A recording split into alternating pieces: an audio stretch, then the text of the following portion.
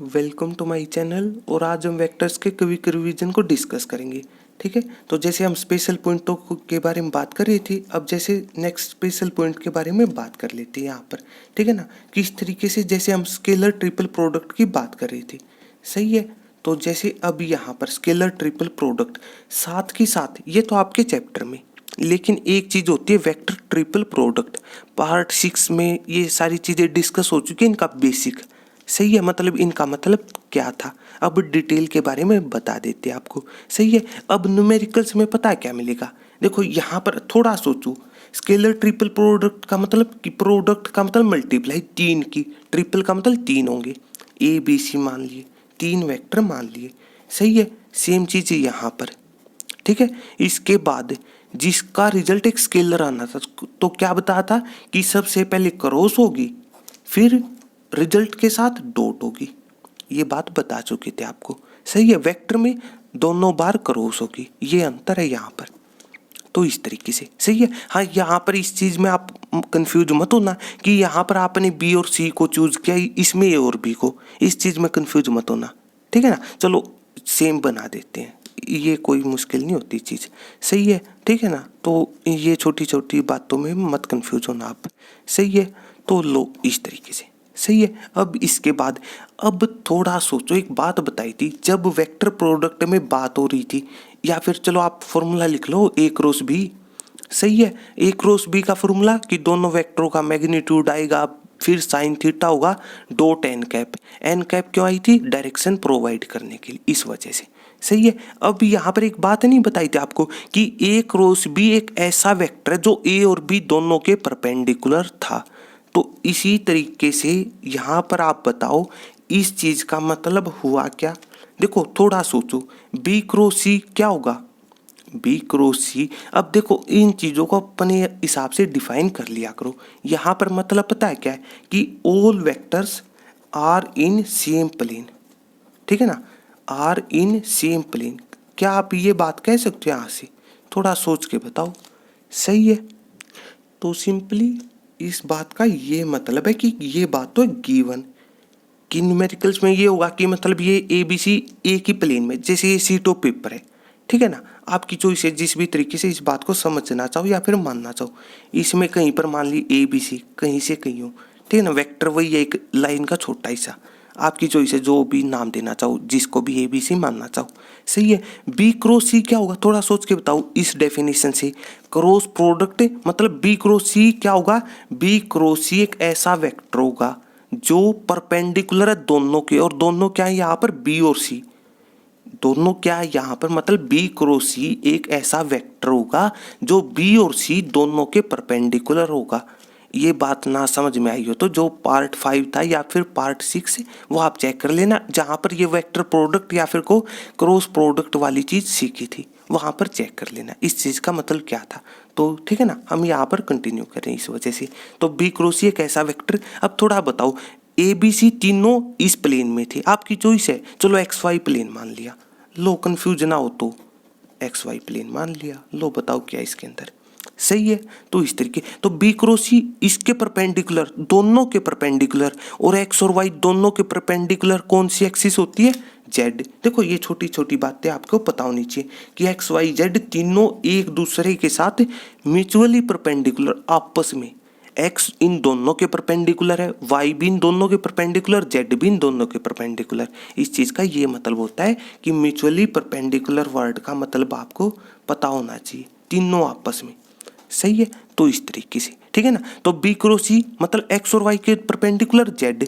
तो समझने के हिसाब से ये नहीं सोच सकते इस तरीके से, ये एक्स एक्सिस मान ली थोड़ी देर के लिए, ये वाई मान ली हमने, तो ये जेड का काम कर देगी, सही है। तो मतलब बी क्रॉस सी यहाँ पर जेड एक्सिस पर होगा। देखो वो हमें नहीं पता वो ऊपर होगा, मतलब देखो प्लेन है, अबव प्लेन या फिर बिलो प्लेन। देखो अगर इसी हिसाब से ज्योमेट्री सोच रहे हो तो लेफ्ट और राइट की बात कर सकते हो। अगर इस हिसाब से सीट ऑफ पेपर मान रहे हो तो जैसे अबव प्लेन हो जाएगा परपेंडिकुलर, या फिर नीचे, मतलब हमें नहीं पता कि प्लस जेड या फिर माइनस जेड, मेरा जेड एक्सिस। इस चीज़ में कंफ्यूज मत होना इस छोटी सी बात में, इन चीज़ों का अपने आप ये मतलब भी होता है, सही है। तो इस तरीके से, तो इस तरीके से पता है कि ये तो था गिवन। अब न्यूमेरिकल्स में पता है क्या मिलेगा, देखो आपने सोचना है कि क्या निकालना है। न्यूमेरिकल्स में स्टेटमेंट ये आएगी कि आप इस कंडीशन में कि कोई ऐसा वेक्टर निकाल लो जो ए वेक्टर के तो प्लेन में हो, मतलब जो वेक्टर है निकालना आपने वो लाई इन प्लेन ऑफ ए वेक्टर कह सकते हो आप, या फिर सेम प्लेन कह सकते हो, मतलब जिसमें ए वेक्टर भी है और वो रिक्वायर्ड को आप थोड़ी देर के लिए डी मान लो, डी वेक्टर मान सकते हो, मतलब ठीक है ना, वो आपकी चॉइस है जिस भी तरीके से इस बात को समझना चाहो। सही है, ठीक है ना। और जो साथ के साथ बी क्रॉस सी परपेंडिकुलर है। सही है, तो सिंपली कह दो आपकी जो परपेंडिकुलर है बी क्रॉस सी के। देखो अब ये पता होना चाहिए आपको कि बी क्रॉस सी क्रॉस प्रोडक्ट का दूसरा नाम वेक्टर प्रोडक्ट, इसका रिजल्ट आएगा तो वेक्टर है बी क्रॉस सी।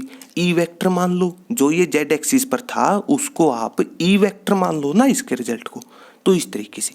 सही है, तो इस तरीके से स्टेटमेंट आती है, ठीक है ना। अब इसके बाद यहाँ पर एक ये टाइप भी बनती, यहाँ पर देखो इस चीज का मतलब क्या था, अपने आप कंडीशन समझ ली, सेम बात यहाँ पर अप्लाई कर दो। देखो क्या हो जाएगा इसी तरीके से ए क्रॉस बी, देखो आपकी चॉइस है जो भी तरीका मानना चाहो यहाँ पर, ठीक है ना। चलो ए क्रॉस बी को हम आपकी चॉइस है जिस भी प्लेन में मानना चाहते हो। सही बात है, तो सिंपली सोच के बताओ। अभी यहाँ पर देखो ये कंडीशन है, इसमें भी तीनों वेक्टर एक प्लेन में है, लेकिन अब बताओ देखो ए बी सी अलग है और ए क्रॉस बी का रिजल्ट अलग वेक्टर आएगा, ए क्रॉस बी का रिजल्ट अलग वेक्टर आएगा। वो आपकी चॉइस है, डी मानो, ई मानो, एफ मानो, आपके ऊपर ही। सही है, तो इस तरीके से मतलब अब यहाँ पर न्यूमेरिकल की स्टेटमेंट पता क्या होगी कि ये आप कोई ऐसा वेक्टर निकाल लो, ठीक है, जो लाई इन प्लेन हो, ठीक है ना, या फिर को सेम प्लेन किसके साथ, ए क्रॉस बी के साथ, कि ए क्रॉस बी के साथ सेम प्लेन में हो, तो इस तरीके से। सही है, चलो आप अब की बार क्या करो, इस प्लेन में ए क्रॉस बी को रख लो, इस अब की बार इस शीट ऑफ पेपर पर या फिर को प्लेन के अंदर ए क्रॉस बी रख लो। ए क्रॉस बी भी तो एक वेक्टर है ना इस बात से, ठीक है, तो इस तरीके से। और फिर थोड़ा सोचो, क्रॉस सी करना है, दोबारा से क्रॉस करना है, ठीक है ना, मतलब क्रॉस फिर से क्या कह देगा, देखो थोड़ी देर के लिए इसको आप डी वेक्टर मान लो इसके रिजल्ट को, तो डी क्रॉस सी का मतलब क्या होगा, इस डेफिनेशन से ए क्रॉस बी का मतलब क्या था कि एक ऐसा वेक्टर आएगा, ए क्रॉस बी का रिजल्ट एक वेक्टर आएगा जो इन दोनों के परपेंडिकुलर होगा। इस डेफिनेशन से क्या हो जाएगा, डी क्रॉस सी का एक वेक्टर रिजल्ट आएगा जो डी के भी परपेंडिकुलर है, सी के भी परपेंडिकुलर है, और डी क्या था आपका, ए क्रॉस बी, तो मतलब ए क्रॉस बी के परपेंडिकुलर हो जाएगा। सही है, और सी के भी परपेंडिकुलर है, कौन, जो इनका रिजल्ट आएगा, तो इस तरीके से। सही है, तो सिंपली समझना होना पता है क्या, चलो ज़्यादा कंफ्यूजन ना हो तो ये ही मान लो आप ए बी सी है शुरू में इस हिसाब से एक प्लेन पर, इसके परपेंडिकुलर देखो ए क्रॉस बी हो जाएगा इस हिसाब से कि ए क्रॉस बी एक वेक्टर आएगा, ठीक है ना, जो ए और बी के दोनों ही परपेंडिकुलर। चलो एक्सिस के हिसाब से बात करो, एक्स और वाई के परपेंडिकुलर जेड एक्सिस थी, तो मतलब ए क्रॉस बी जेड एक्सिस पर चला जाएगा, ठीक है।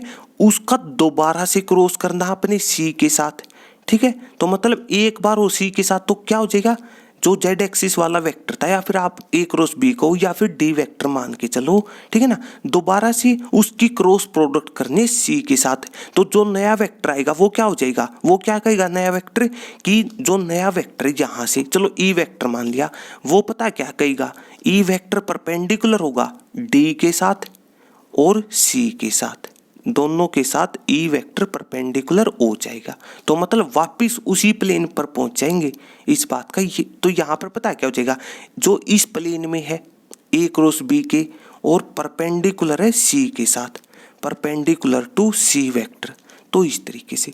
सही है, तो इस तरीके से। और यहाँ पर अंतर पता क्या है, अंतर ये रहेगा, ये नहीं पॉसिबल हो ही सकता कि ए बी सी तीनों एक में हो, तो यहाँ पर अंतर ये रहेगा कि जो आपका ए क्रॉस बी था, समझ लेना इस बात को, इस तरीके की ज्योमेट्री बन जाएगी कि मतलब प्लेन में एक वेक्टर होगा ए क्रॉस बी, दूसरा सी वेक्टर। यहाँ पर ये पॉसिबल केस बन ही नहीं सकता कि ये वाली चीज़ कि ए बी सी हो, इस बात का ये मतलब जो आपका सी वेक्टर है वो ए के भी परपेंडिकुलर होगा, बी के भी परपेंडिकुलर होगा। ये छोटी छोटी बात। तो डायरेक्ट आपके पास स्टेटमेंट इस टाइप से मिलती है कि ठीक है ना, कि कोई ऐसा वेक्टर निकालो जो किसी क्रॉस प्रोडक्ट के प्लेन में हो और किसी नए वेक्टर या फिर को अलग वेक्टर के साथ परपेंडिकुलर हो। कुछ नहीं करना, अपनी क्रॉस प्रोडक्ट निकाल देना, बात खत्म। ये था इस चीज का मतलब। सही है। हाँ, ध्यान क्या रखना है कि पहले क्रॉस किसकी होगी, इन चीजों में अंतर है, समझ लेना इस बात को, इन चीजों में अंतर है। सही है, ठीक है ना। और चलो यहाँ पर हमने इसके हिसाब से समझिए बात, ना कि इसके हिसाब से। सही है। तो इस तरीके बस अपने आप मतलब जैसे ए क्रॉस बी था, इसके हिसाब से कह देना कि प्लेन में बी क्रॉस सी है और वो दूसरा वेक्टर ए वेक्टर हो जाएगा। इस तरीके सोच सकते हो आप, मतलब आसान तरीका। सही है। मैं नहीं, इस टाइप से स्टेटमेंट मिलते तो उसका मतलब ऐसा क्या हुआ कि ये चीज़ निकालनी है आपने, तो इस तरीके से। सही है। तो इस तरीके से रहेगा आपका टोटल कंसेप्ट वेक्टर्स का। कुछ नहीं, बस छोटी छोटी डेफिनेशन, ठीक है ना। बस क्या करना आपने, ध्यान रखना है, ठीक है ना। जैसे यहीं पर एक और काम की बात थी, ठीक है ना। ए क्रॉस बी तो एक वेक्टर जो ए बी के परपेंडिकुलर है और ये यूनिट वेक्टर था। यूनिट वेक्टर को ही कैप से रिप्रेजेंट किया जाता है, तो एन कैप ही यूनिट वेक्टर है, साथ के साथ ए और बी के ये भी परपेंडिकुलर है। कई बार इस टाइप का भी न्यूमेरिकल्स मिल सकता है। यहाँ पर तो सिंपल वेक्टर है और इसी में ये अप्लाई कर दे तो, यूनिट वेक्टर अप्लाई कर दे तो फिर ये वाली बात आ जाएगी। सही है। और यूनिट वेक्टर होता क्या है, समझ लेना इस चीज को। यूनिट वेक्टर का एक सिंपल फॉर्मूला बताया था आपको, जैसे ए कैप है तो ऊपर वेक्टर नीचे मैग्नीट्यूड। अगर यहीं पर इसी टाइप में थोड़ा सोच के बताओ, सिंपली यूनिट वेक्टर निकालना हो इस टाइप की कंडीशन से, पता है क्या करना आपने, शुरू में तो ये कंसेप्ट अप्लाई कर देना, ये वेक्टर निकाल देना, और उसके बाद अगला कंसेप्ट बताएं क्या करना है, ऊपर वेक्टर नीचे मैग्नीट्यूड। लेकिन यूनिट वेक्टर निकालना ना, तो क्या बताता, यूनिट वेक्टर में मैग्नीट्यूड हमें पता ही है, जिसका मैग्नीट्यूड 1 होगा। मेन बात है डायरेक्शन वाली। सही है। तो बस वो डिपेंड करता है, मतलब किसी भी तरीके से कंडीशन आ सकती है, ठीक है ना। और एक ये छोटी सी बात आप ध्यान रख लेना कि जो कोई भी वेक्टर हो, ठीक है ना, कोई भी वेक्टर हो तो उसको आप इस तरीके से रिप्रेजेंट कर सकते हो कि उसका मैग्नीट्यूड लिखा, सही है, या फिर को वेक्टर लिख दो, सही है, और इनटू में डायरेक्शन, और डायरेक्शन कौन देगा, यूनिट वेक्टर। सही है। मतलब यूनिट वेक्टर से मल्टीप्लाई कर देना, ये वाली बात है। तो इस तरीके से सही है। बस इस सिंपली कह दो ना, यूनिट वेक्टर का रोल क्या है, डायरेक्शन प्रोवाइड करना। और वेक्टर बनता ही कब है, जब मैग्नीट्यूड हो, मतलब वेक्टर एक फिजिकल क्वांटिटी, मैग्नीट्यूड हो, डायरेक्शन हो। वैसे देखा जाए 3 वर्ड थे, तीनों का अपना मतलब था।